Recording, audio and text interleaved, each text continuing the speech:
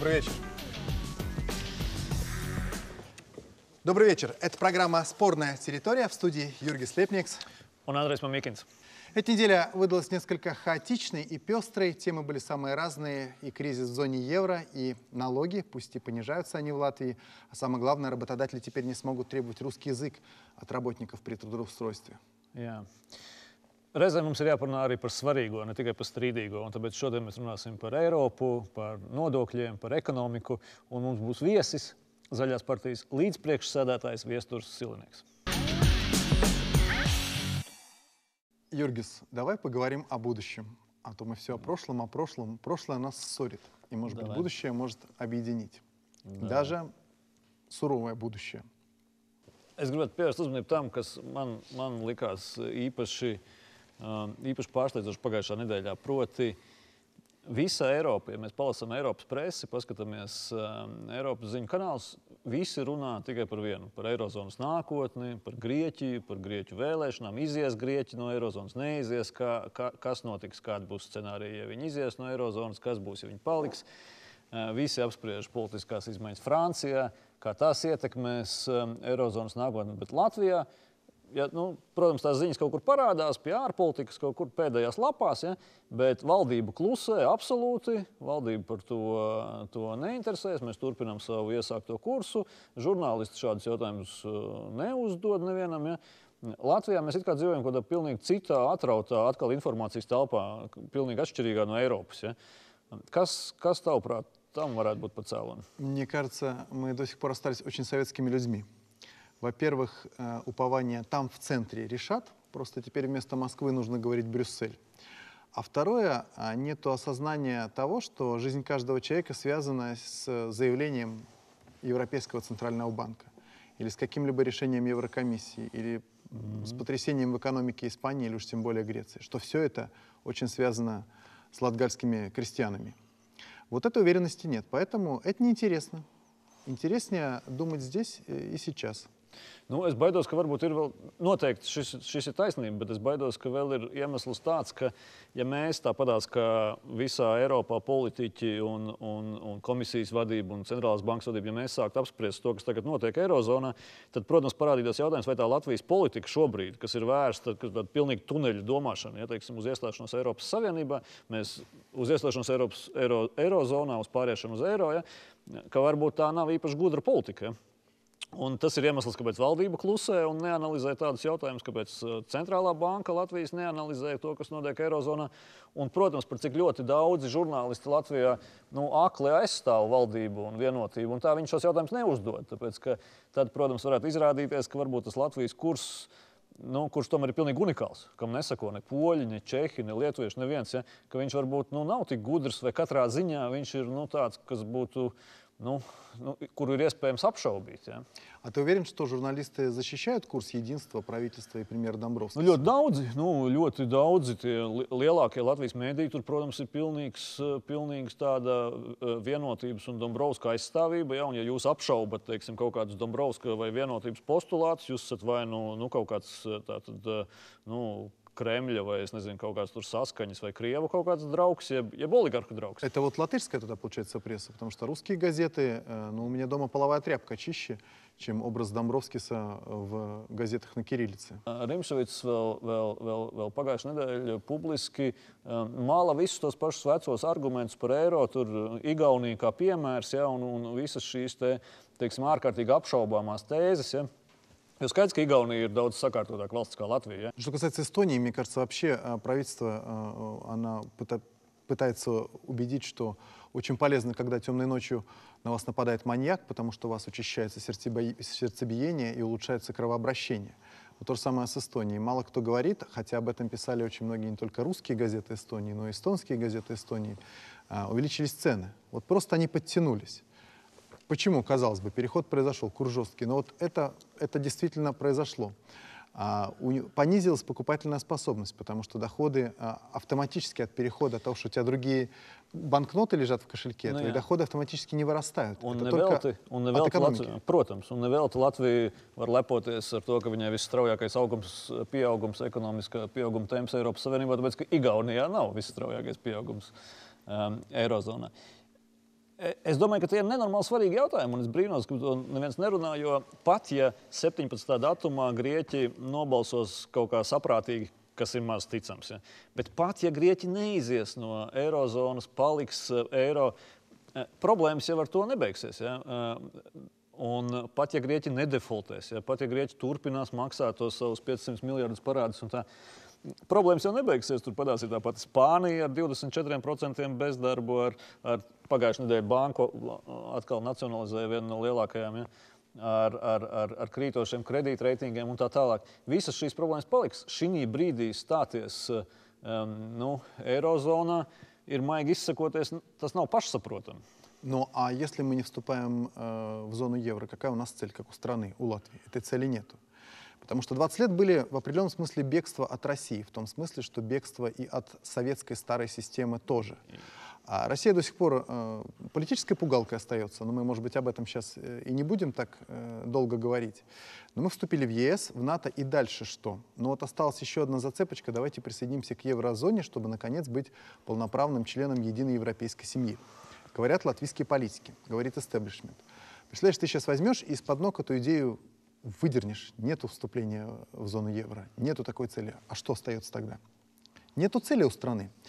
И вторая причина, мне кажется, принципиально важная, просто витально важная. А кто мы такие? Все здесь, на этом клочке земли, который называется Независимая Латвийская Республика. Мы туристская Мекка, мы зона для инвестиций, мы офшорная зона, мы место, где расцвели пышным цветом банковские услуги, мы транзитный коридор с востока на запад, мы ворота в России, потому что многие западноевропейские страны на Латвию, Литву, Эстонию смотрят именно так. Нету ответа на все эти вопросы, а раз нет ответа, то, соответственно, и нельзя сформулировать свою цель. Nu, katrā ziņā ar to eirozonu ir tiešām tā, ka šķiet, tas vairs ir nevis vienkārši pirkt biļeti uz Titaniku, bet tas ir tā, ka jau Titaniks ir uzskrējis aizbergam, nu, tur mūzika vēl it kā spēlē, un tā, bet latvieši ir pieīrušies ar mazu laiviņu, un paņemiet, mēs arī gribam smokingus. Ужасное сравнение, вытирающее ноги попытки нашего премьер-министра и президента Центробанка, которые ночей не спят, делают нашу жизнь лучше сразу после, как мы вступим в зону евро. Но при том, что это очень смешно, твое сравнение, мне кажется, очень точным. На фоне экономических потрясений еврозоны, бесспорно, большим вкладом в развитие экономического потенциала нашей страны являются принятые поправки ВИСу Латвии в трудовой закон нашей страны, которые отныне запрещают дискриминировать работниками работоискателей. Извините за такой неологизм, и русский язык больше никогда не появится в объявлениях в рубрике «Ищу работу». Nu, es domāju, tā ironija, man liekas, šoreiz nevietā. Es pat negribu komentēt, man ir iebjās tās debilitātes. Ja? Vienkārši visu Latvijai viņiem jau sāk trūkt ideju. Ja? Un tad tomēr, lai parādītu kaut kā savu to aktivitāti un kaut kā uzturētu to savu dienas kārtību, viņi izgudro pilnīgi bezjēdzīgas lietas, kuras patiesībā jau dabā neko neietekmēs. Ja? Bet vienkārši, atkal, lai bojātu cilvēkiem nervus, lai traucētu uzņēmējiem, lai kaut kā vienkārši. Юрий, скажи, верно ли мое наблюдение, что и латышская пресса, латышские газетчики, журналисты, телевидение очень вяло отреагировали на вот эти поправки? Faktiski, jā, gods un slava. Gods un slava šoreiz, pirmkārt jau gods un slava, ka atradās arī vienotībā un koalīcijā cilvēki, kuri nebalso par kaut kādām tādām muļķībām. Bet faktiski šis varbūt viens no retajiem bija tiem gadījumiem, kad latviešu presa un krievu presa apmēram vienādi vērtē to kā kaut kādas vienkārši tādas plikas, stulbas muļķības. Ja. Но, тем не менее, вот за таких людей из ВИСу Латвии голосуют же. И, то есть они-то хотели что? Они хотели показать себя. Ребят, мы работаем, мы спасаем национальную идентичность, мы тут их интегрируем. Мы не дискриминируем латышей, мы боремся против, так сказать, навязывания русского языка. А даже истеблишмент, элита политическая сказала, что, ребят, закройте рот. Es domāju, visu Latvijai ir grūts periods, ja viņiem tā valdība nenāk pa labu. Savā tajā nacionālajā ideoloģijā viņi neko neatšķirs vairs no vienotības. Un tad, protams, ja es esmu nacionāli noskaņots cilvēks, es, protams, labāk balsošu par vienotību, kurā vismaz ir kaut kādi ministri, ja, kurā ir kaut kādi cilvēki. Visu Latvijai tā tad valdībā ir 2 ministri, no kuriem viens, Žaneta Jaunzeme Grende, nepārprotami ir pats sliktākais ministrs. Ja, teiksim, Так произнес имя и фамилия, как будто тебе не нравится этот министр прямо. Ne, man vienmēr jādomā, vai es pareizi pateikšu Grende vai Gremde, un es vienmēr aizdomājos. Tāpēc, nu, respektīvi, visu Latviju nevar atrast kultūras ministru. Nevar atrast vispār nekādus cilvēkus, nu, teiksim, kuri varētu. Gaidis Bērziņš, nu, vecais veterāns no Tēvzemes un brīvības, kurus faktiski, ну, всегда берет отпуск на 16 марта. Так, мы договорились не говорить о прошлом. Мы будем говорить только о будущем.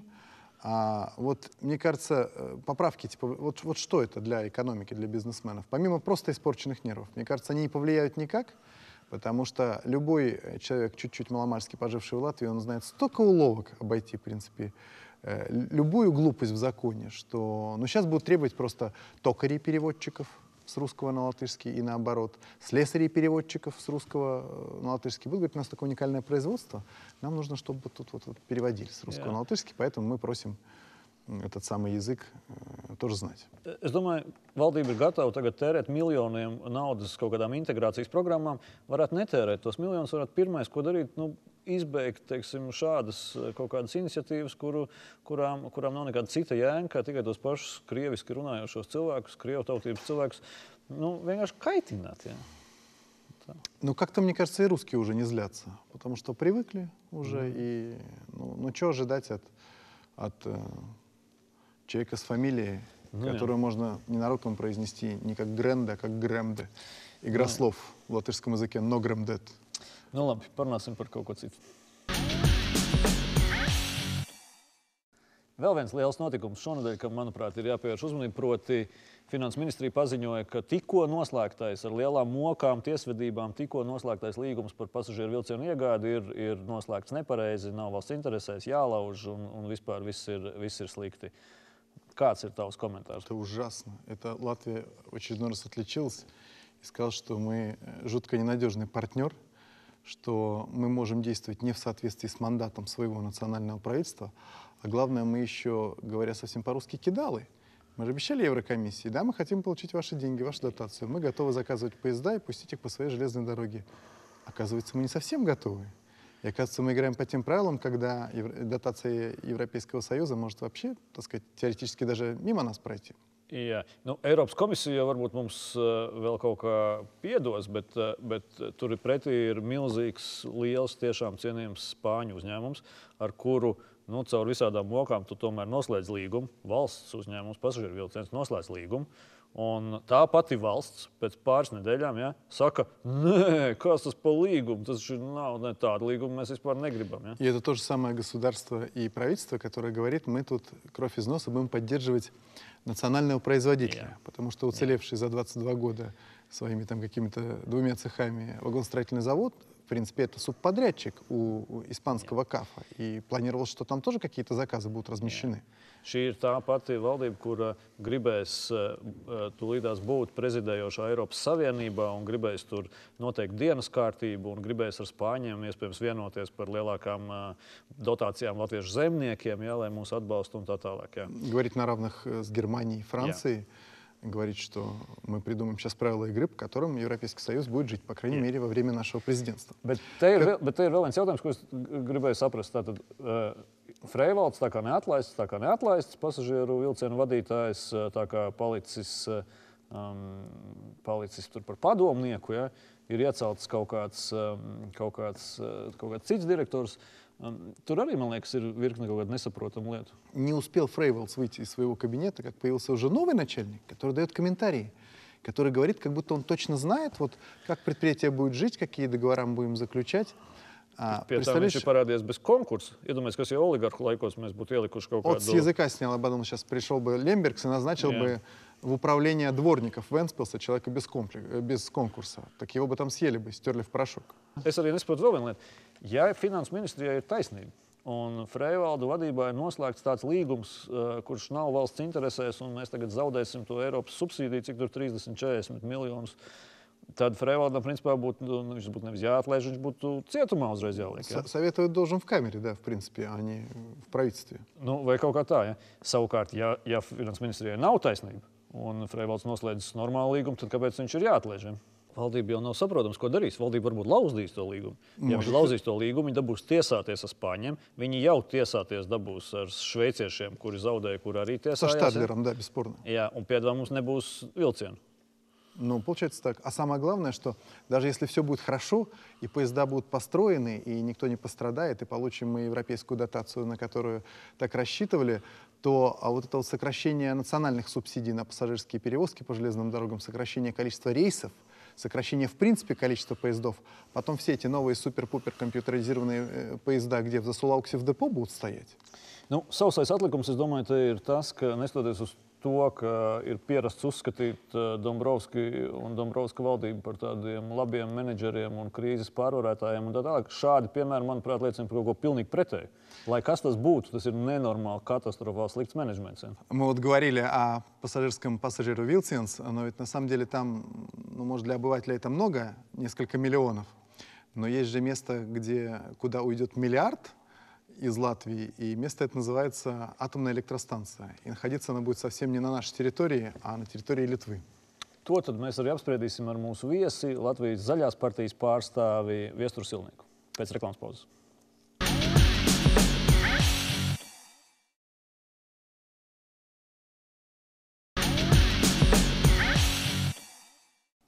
Молодой зеленый политик Вестур Силнекс гостит этим вечером у нас. Зеленый не по политическому опыту, а по убеждениям. Добрый вечер. Добрый вечер. Labvakar. Labvakar. Es uzreiz sākšu ar to, kas mūs visvairāk interesē, proti Visagīnas atomelektrostacija. Valdība sašķidrinātās gāzes termināli ir kaut kā veiksmīgi nomuļājusi un aizmirsusi. Tagad mēs ejam pilnā tempā uz priekšu ar jauno Ignalīnas staciju. Jūs esat pret. Jūs, man liekas, esat vienīgais politiskais spēks, kas ir pret. Kāda ir tā jūsu galvenie argumenti šajā sakarā? Pamatstāsts ir pret kaut vai šī brīža procesam, kad nenotiek nekādas diskusijas. Neviens nezina nekādas argumentācijas, ieskaitot ministrijas. Ministriem ministru kabinetā jābalso par vai pret šo projektu, viņiem nav nekāda viedokļa, viņiem nav informācija, nav fakti, nav pamatojumi. Vēl jau vairāk mēs šos jautājumus nevis domājam, ka viņiem nav viedokļa. Mēs uzrakstījām katrai ministrijai vēstules ar konkrētiem jautājumiem.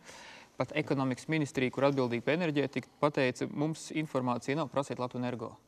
Bet tāpat laikā ministrs kabinetā balso un virza jautājumus priekš. Ну, а в принципе вы за мирный атом или вообще против атомных электростанций? Вообще против атомных электростанций. Подождите, ну ваши малые экологические ГЭС наделали вреда на реках и уничтожили нерестилище рыб в стольких местах в Латвии, что пусть лучше будет атомная электростанция, чем вот эта вот псевдоэкологическая энергетика. Ну, насчет ГЭСов тоже не так однозначно, да.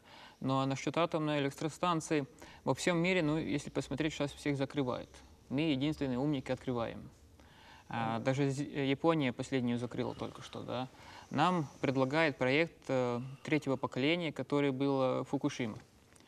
Сейчас обещали якобы 4-е поколение, да, но все-таки оказывается проект 3-го поколения. Потому что, ну, где-то там сделали, осталась технология, весь, ну, почему не продать кому-то? Ну, нам же цунами вместе с АЭС 3-го поколения не предлагают, у нас же другие широты. Да, но почему не делает самая новейшая технология, просто какую-то, которая была, и сейчас доказывают сами японцы, что она не годится. Поэтому они сами же все закрывают. Bet tikai skaidrības labad. Tad kas ir tomēr tas iemesls? Tehnoloģija nav pietiekami jauna, vai kas ir tas jūsu galvenais arguments? Pamatargumenti ir ekonomiskie. Un tie ir. Mēs uzskatām, ka ieguldīt naudu svešā valstī, pirmkārt, tā nav runa par Latvijas energo neatkarību, kas tiek uzstādīts kā galvenais mērķis. Tikpat labi, tad mēs varam visu lidostas pārcelt uz Lietuvu, mēs varam pārcelt visu ražošanas uz Lietuvu, un lai nodrošina tur. Mums būs tīri zaļa zeme, smuki. Tas ir viens. Otrs, mēs uzskatām, ka šādu naudu ieguldot Latvijā, mēs varam tiešām nodrošināt enerģētisko neatkarību. Mēs Latvijā necelsim vēl vienu atomelektrostaciju. Atomstaciju nē. Energoefektivitātes uzlabošanai, atjaunējumiem energoresursiem, tas, ko Latvija ir apsolījusi Eiropas Savienībai līdz 20. gadam palielināt par 20%. Šajā gadījumā, ja mēs piedalāmies Visagīnas stacijā, tas nozīmē, ka šie 20% tā jau šobrīd nav nauda. Tad tie 20% daļa būtu vēl lielāka.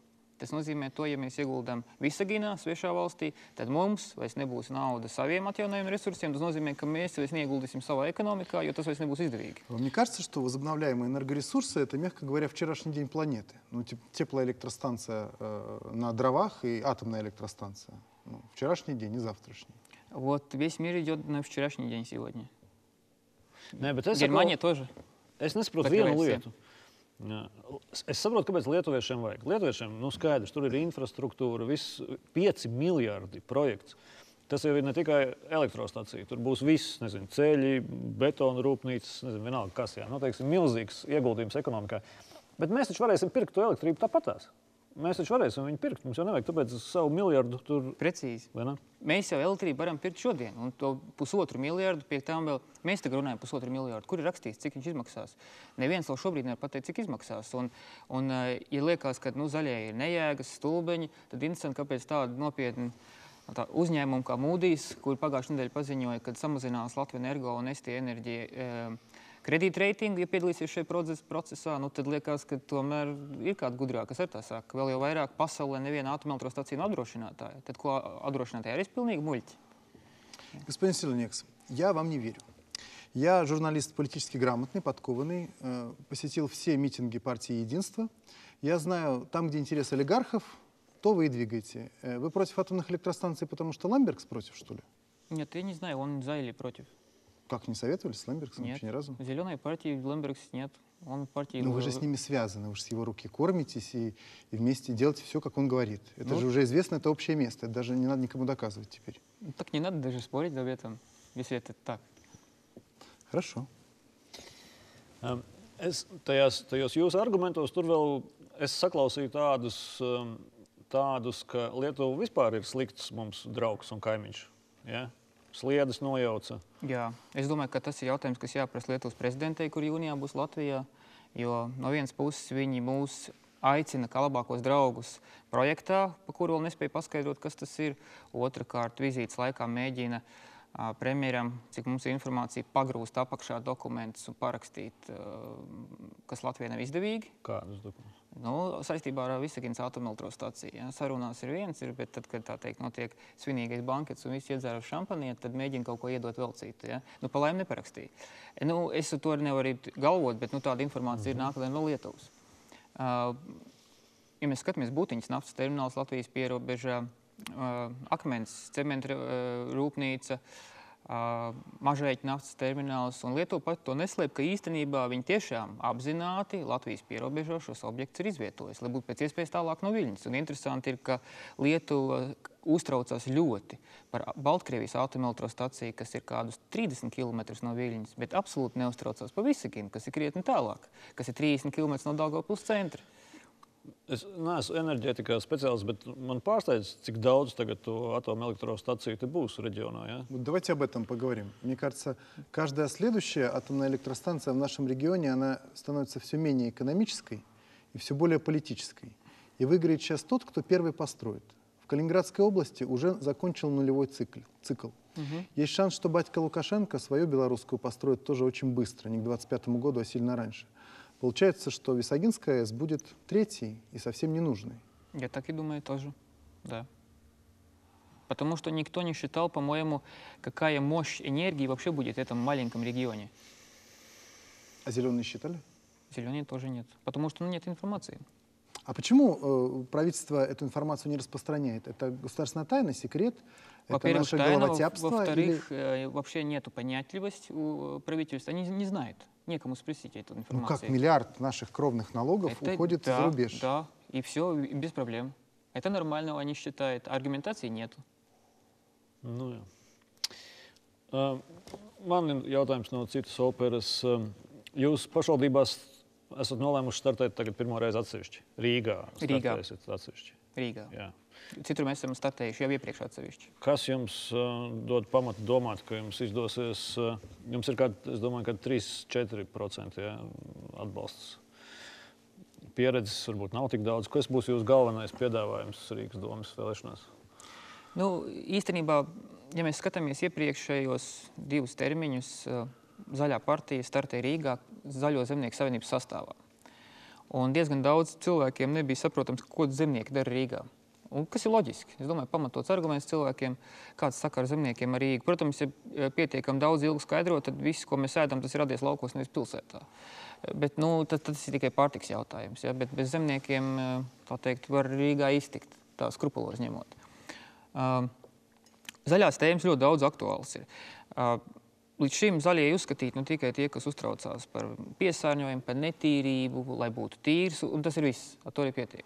Šobrīd mēs diskutējam ļoti plaši par enerģētiku. Mēs runājam par ekonomiku, ekonomiskiem jautājumiem, ekonomiskiem risinājumiem, un zaļie, zināmā mērā, pasaulē šobrīd ir vienīgie, kas virza progresu. Varētu smieties, kādā sakarā. Kā? Piemēram, zaļie ir tie, kas spiež samazināt, pieņemsim, izmešus. Tas nozīmē, ka strādā uzreiz tūkstošiem inženieru, kuri izdomā jaunas tehnoloģijas, piemēram, jaunas dzinējas automašīnām. Kā piemērs. Tas nozīmē, auto industrija attīstās tikai tāpēc, ka pārgrupējās. Ēku energoefektivitāte, pakešu logi, efektīvi, jaudīgi apkuras katli, siltināšanas. Mēs varam aiziet daudz kur, ja? Мне кажется, это только замедляет бизнес, а не создает новые рабочие места, не двигает вперед. Потому что всякое согласование бизнес-проекта с зелеными или экологическими правилами только добавляет лишних трат бизнесменам и сильно замедляет процесс. Дополнительные траты, дополнительный прогресс до экономики. Ой.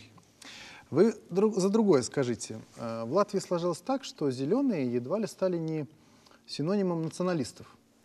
В конце 80-х они были за вывод советской армии, против строительства метро, за уменьшение притока русскоязычных из Советского Союза на территорию Латвии.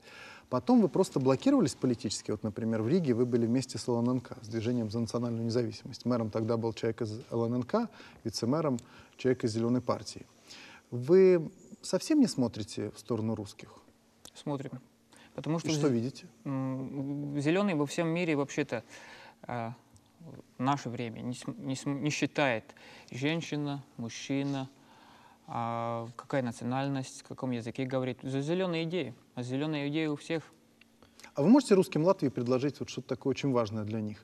Автоматическое гражданство негражданам, русскому языку статус какой-нибудь, не знаю, гарантию, что сохранятся русские детские сады и русские школы? Гарантий мы не можем никаких дать. Потому что политика гарантии невозможно, тогда надо подписать чего-то, да. Но если так посмотреть, что много было партий, которые подписали договоры всякими организациями, да, потом не попали в парламент. Подписывайте, на белую бумагу. Так вы своей рукой впишите все? Нет, надо сперва, аргументация должна быть логичная, и потом, да, так что это не просто так. Но по идее зеленый не против русских, не против украинцев и так далее, нет. Bet jums nav partijā ne Krievu, ne ļoti latvisku tādu partiju kā... Vēsturiski tas ir to, ko Andrejs arī teica. Vēsturiski radās zaļie caur vidas aizsardzības klubu bija tie, kas Latvijā sāka neatkarības kustību, un tas ir vēsturisks process. Bet aicināt lūdzu Krievi iestāties zaļajā partijā par zaļo ideju bez problēmām. Jo vairāk, jo labāk. Это был Вестур Силанекс, председатель Зеленой партии, противник атомных электростанций. Не потому, что так велели олигархи, а потому, что так велит его сердце. Спасибо за это интервью. Paldies. Tiekamies atkal pēc nedēļas, šajā pat laikā, šajā pat vietā. Как всегда, на Первом Балтийском канале после программы «Воскресное время». Paldies, uz redzēšanos.